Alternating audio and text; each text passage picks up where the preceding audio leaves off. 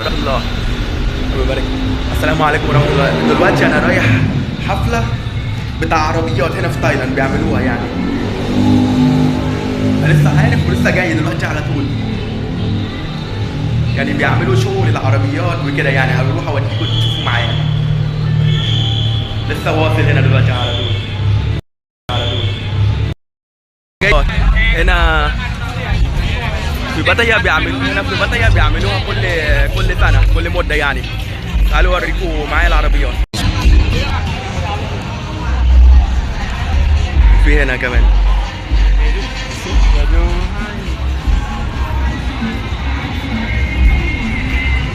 عربيات بقى مشكلينها بكذا شكل يعني بيعملوها كده. بصوا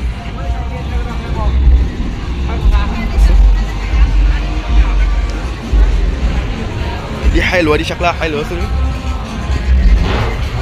سامعين الصوت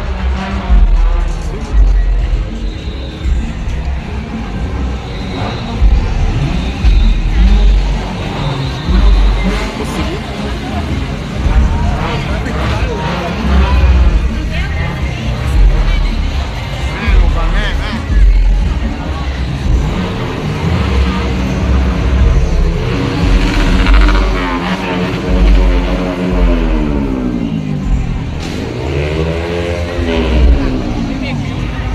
في كذا اشكال وكذا ستايل عربيات. بص بيبقى حفله عربيات قدام مركز تيرمينال 21. بصوا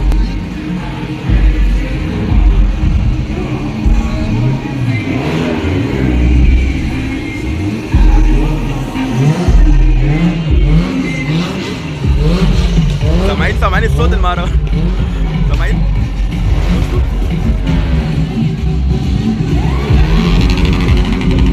بيبيعوا بقى حاجات عن العربيات وكده هنا.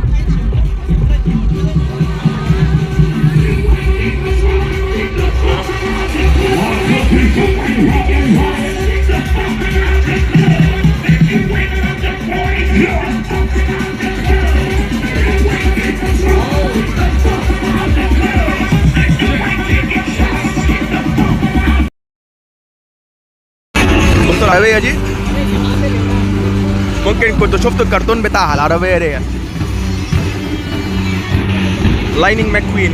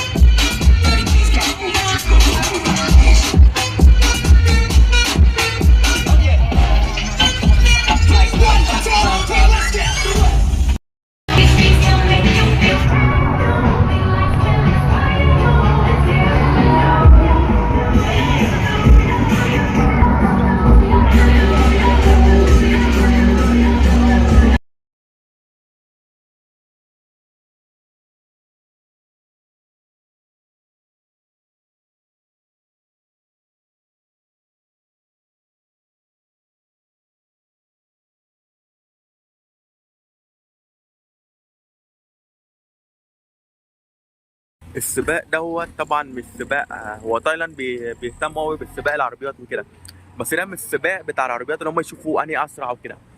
دوت مثلا انت بتعرف تعمل عربيات كده، بتعمل بقى عربيات بقى اللي هي بال اسمها بالشكل العربيات الحلوه، تركب لها نور وكده يعني، واني عربيه شكلها حلوه يعني عربيه شكلها شديده كده يعني بيكسب.